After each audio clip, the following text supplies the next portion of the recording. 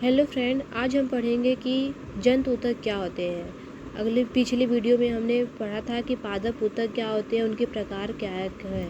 इसमें हम पढ़ेंगे कि जंतु ऊतक क्या है। यानी कि सिंपल सी बात है कि जंतुओं में पाए जाने वाले ऊतक को हम जंतु ऊतक या जांतु ऊतक कहते हैं। कार्य के आधार पर हम जंतु ऊतक कई प्रकार के होते हैं। पहला हमारा है एपिथेलियम ऊतक। एपिथेलियम ऊतक शरीर और अंगों को बाह्य स्तर बनाते हैं। ये ऊतक पूरे शरीर का बाहरी आवरण बनाता है, अतः इसे आवरण ऊतक भी कहा जा सकता है। खोखले अंगों जैसे मुख, गुहा, आमाशय, आंत, श्वास नली, फेफड़े, रक्त नलिकाओं आदि की भीतरी सतह इसी ऊतक की बनी होती है। इस प्रकार से यानी कि जो एपिथेलियम ऊतक होते हैं ये हमारे शरीर के जो बाह्य अंग होते हैं उनका निर्माण करते हैं। यानी कि हमारे शरीर के बाहरी आवरण का जो होता है इनके द्वारा पूरा निर्माण होता है, इसलिए हम इसे आवरण ऊतक के नाम से भी जानते हैं, फिर आवरण ऊतक भी कह सकते हैं। अगला है संयोजी ऊतक। संयोजी ऊतक विभिन्न अंगों को जोड़ते हैं और सहारा प्रदान करते हैं, जैसे अस्थि, रक्त आदि। यानी कि संयोजी ऊतक नाम से पता चला संयोजन जिसका, यानी कि इसमें जो होता है कि एक अंग से दूसरे अंगों को जोड़ा जाता है, फिर या एक मतलब सहारा इसमें प्रदान किया जाता है, जैसे अस्थियों के द्वारा शरीर का सहारा देता है, रक्त के द्वारा। संयोजी ऊतक शरीर के विभिन्न अंगों को एक दूसरे से तथा एक ऊतक को दूसरे ऊतक से जोड़ने में मदद करते हैं।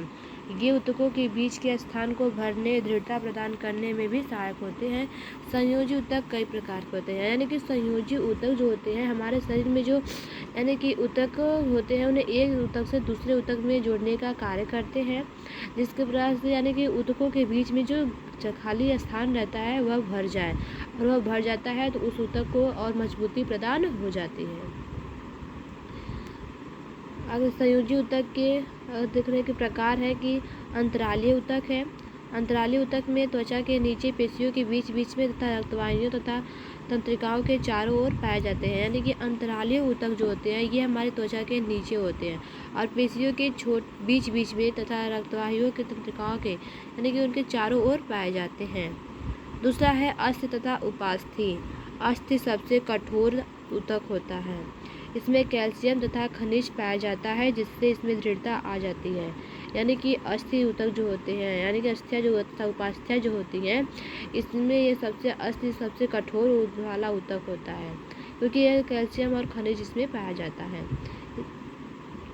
शरीर को ढांचा यानी कि कंकाल प्रदान करने में इसका विशेष योगदान रहता है। यानी कि हमारे शरीर का जो ढांचा बनाया जाता है, जो कंकाल बनाया जाता है, उसमें हम अस्थि तथा उपास्थि का ही प्रयोग करते हैं, जिससे वह मतलब अस्थि क्योंकि सबसे कठोर होता है और कठोर होने की वजह से मेरा पूरा शरीर खड़ा रहता है।